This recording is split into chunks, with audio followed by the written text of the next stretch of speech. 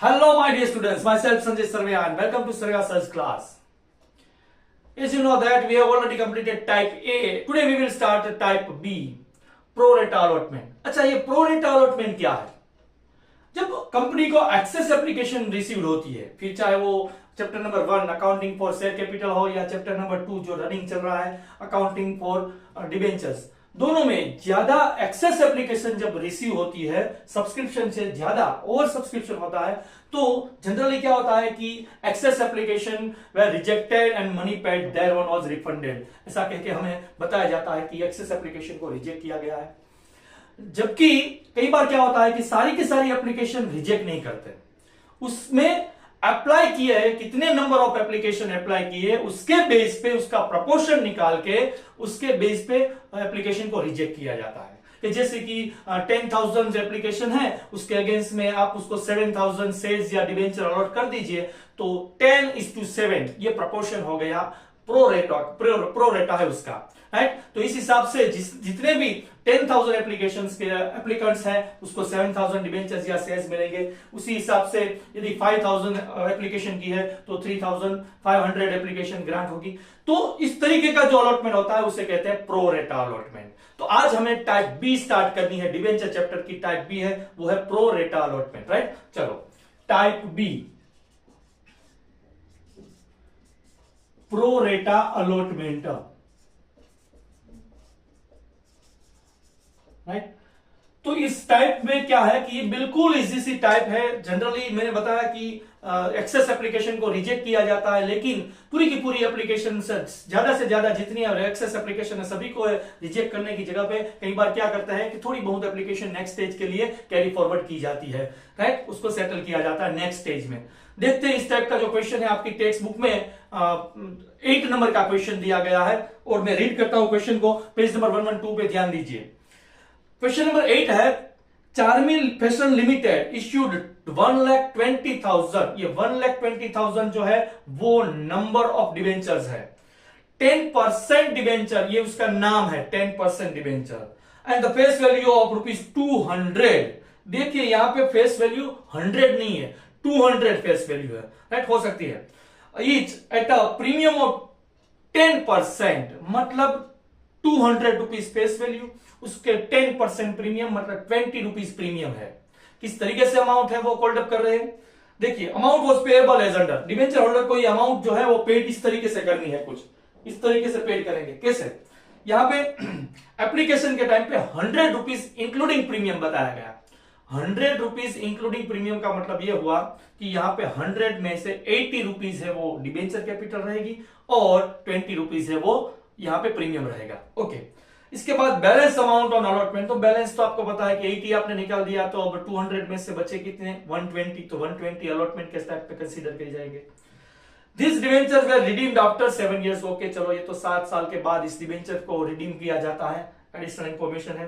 Application were received by company 1,50,000, ये ध्यान में रखना है। आपका सब्सक्रिप्शन था 1,20,000, जबकि पब्लिक के पास से आपको एप्लीकेशन रिसीव 1,50,000।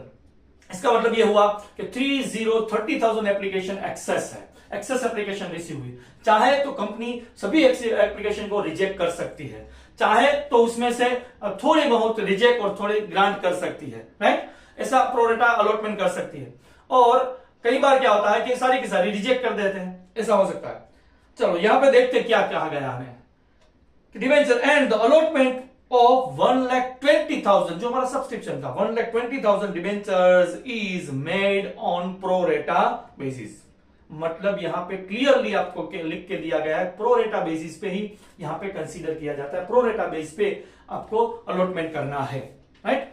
हाँ, एक चीज ध्यान में रखने वाली ये थी कि यहाँ पे पूरे पैराग्राफ में, पूरे क्वेश्चन में कहीं पे भी ऐसा लिख के नहीं दिया गया कि so and so application were rejected, या तो so and so application has not allotted not a single debentures और शेयर्स, ऐसा कुछ नहीं किया गया। तो इसका मतलब रिजेक्ट तो हुआ ही नहीं, एक भी एप्लीकेशन रिजेक्ट नहीं है, राइट। सारी की सारी एक्सेस थी वो प्रो रेटा में कंसीडर की है।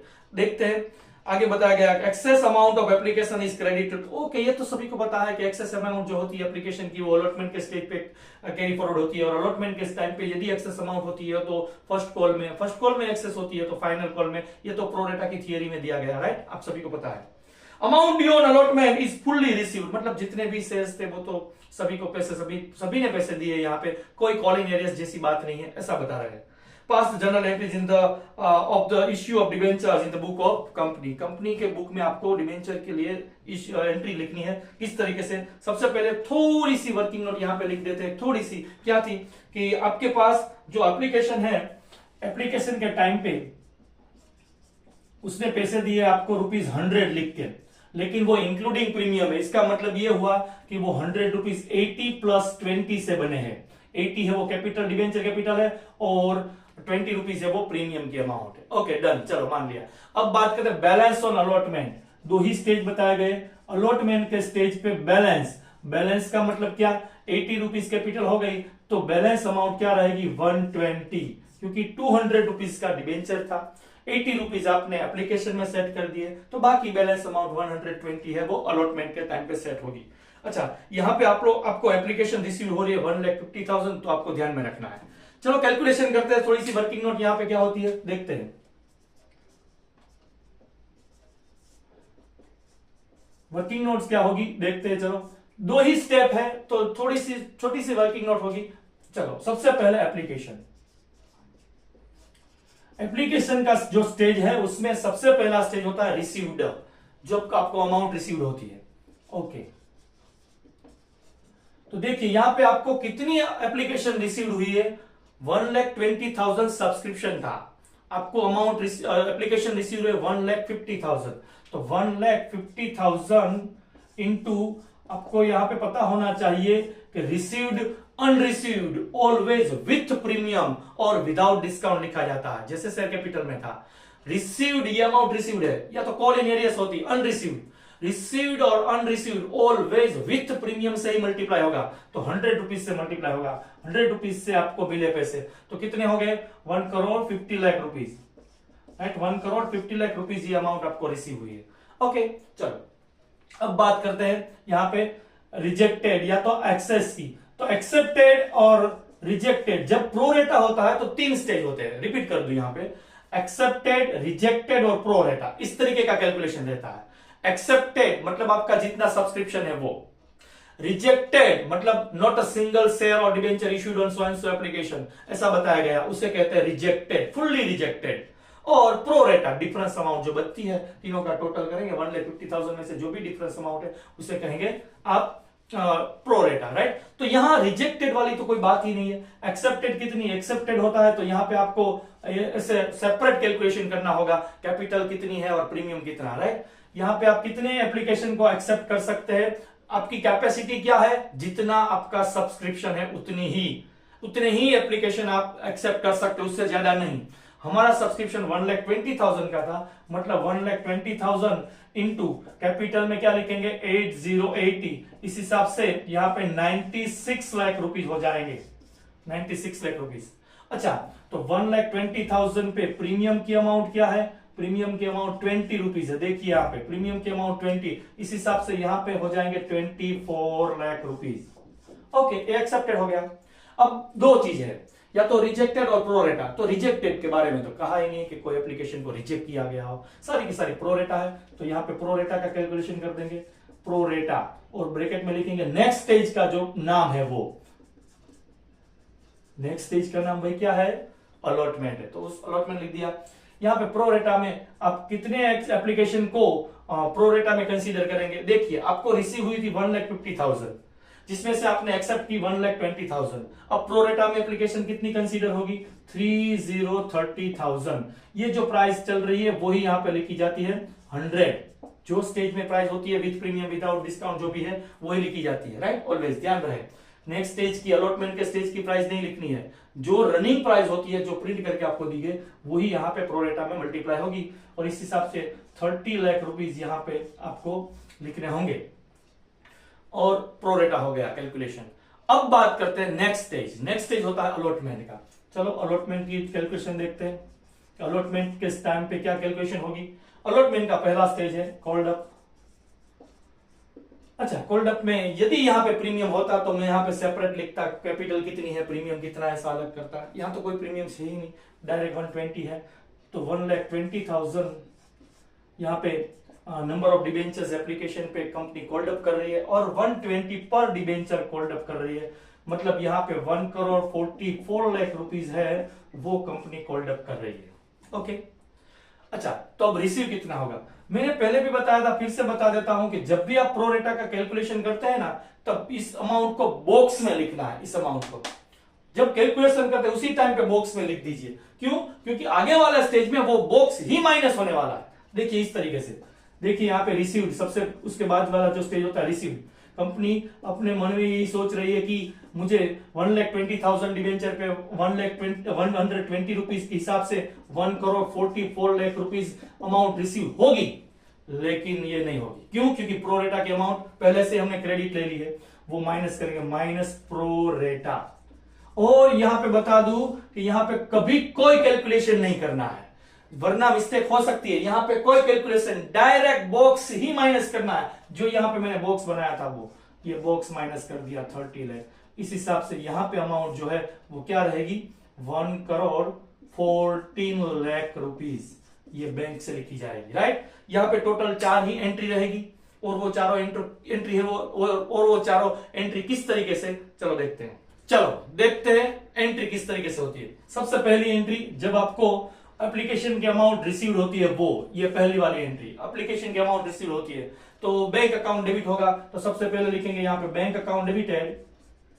अमाउंट क्या है भाई, अमाउंट है 1,50,00,000 रुपीज, तो लिख दिए 1,50,00,000 रुपीज। किसके पैसे मिले आपको, कौन सी चीज के, कौन से स्टेज के, एप्लीकेशन के स्टेज के। तो यहाँ पे एप्लीकेशन क्रेडिट होगा to debenture application account, credit होगा। राइट, 1,50,00,000। ओके, चलो हो गया 1,50,00,000 क्रेडिट। ये पहली एंट्री कंप्लीट। उसके बाद बात करते हैं सेकेंड एंट्री। सेकेंड एंट्री में ये रहेगा सारे का सारा जो पिक्चर है ये सेकेंड एंट्री में। तो आप सभी को पता है कि फर्स्ट एंट्री जब आप पास करते हैं ना, शेयर कैपिटल हो या डिबेंचर चैप्टर, जो क्रेडिट किया है वही डेबिट करेंगे, जो क्रेडिट किया है वही आप डेबिट करेंगे। ये आपने क्रेडिट किया था वही अकाउंट सबसे पहले डेबिट किया जाएगा। Debenture application account debited, debenture application account debited, same amount 1,50,50,00,000 rupees. Okay, अच्छा क्रेडिट में क्या लिखेंगे सॉरी, क्रेडिट में आप लिखेंगे ये कैपिटल को भाई कैपिटल नहीं लिखा जाता, ये डिबेंचर का चैप्टर है, इसको डिबेंचर कैपिटल नहीं कहते। यहाँ पे परसेंटेज डिबेंचर लिखना होगा। तो ये डिबेंचर 10% डिबेंचर थे, तो 10% डिबेंचर अकाउंट क्रेडिट करेंगे आप। कितनी अमाउंट, ये 96 लाख। ओके, उसके बाद प्रीमियम है। प्रीमियम को किस तरीके से लिखा जाता है, securities premium reserve account. Right, to securities premium reserve account, इसके हिसाब से लिखेंगे आप 24 लाख रुपीज यहां। और प्रोरेटा है, उसको प्रोरेटा को प्रोरेटा नहीं लिखा जाता, उस स्टेज का नाम लिखा जाता है। कौन सा स्टेज है, देखिए allotment, debenture allotment account credited.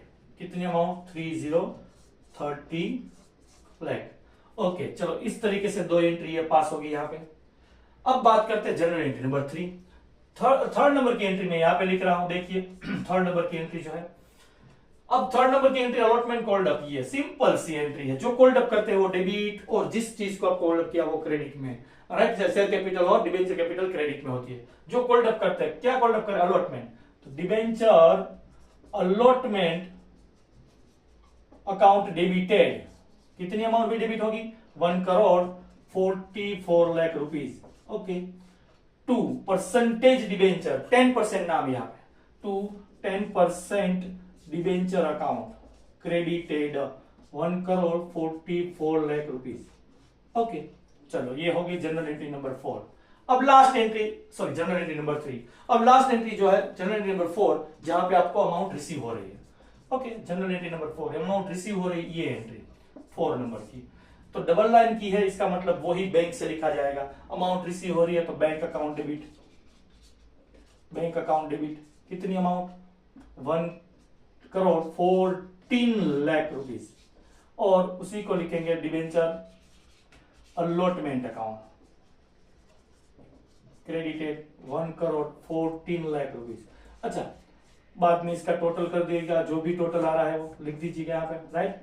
ये सम यहाँ पे खत्म हो गया। अब आप सोचेंगे कि सर यहाँ पे जनरली क्या था, पहले अलॉटमेंट के टाइम पे 1 करोड़ 44 लाख रुपीस थे, लेकिन बाद में वो 1 करोड़ 44 लाख रुपीस नहीं क्रेडिट हुए, सिर्फ 14। इसका मतलब क्या, क्यों ऐसा, क्योंकि देखिए 30 लाख रुपीस जो यहाँ पे कम क्रेडिट किए गए, वो एक्चुअल में आप देख सकते हैं जनरल एंट्री नंबर 2 है, वहां ऑलरेडी क्रेडिट हो चुके, इसलिए पूरी की पूरी एंट्री है वो परफेक्ट है। इस तरीके की टोटल 4 ही एंट्री थी, 3 मार्क का सम था।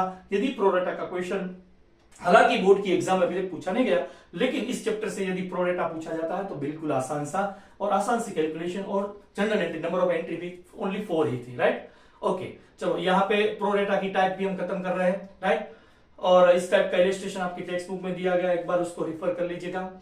और लास्ट में फिर से ये कहना चाहूंगा कि यदि आप इस चैनल पर नए हैं तो चैनल को सब्सक्राइब कीजिए, लाइक कीजिए, कमेंट कीजिए, अपने फ्रेंड और रिलेटिव के बीच हो सके इतना शेयर कीजिए, क्योंकि इसी चैनल पे 1 to 14 मतलब टाइप ए से लेके टाइप एन तक के सारे डिवेंचर की टाइप है 1 by 1 14 लेक्चर से आपको मैं देने वाला हूं, राइट।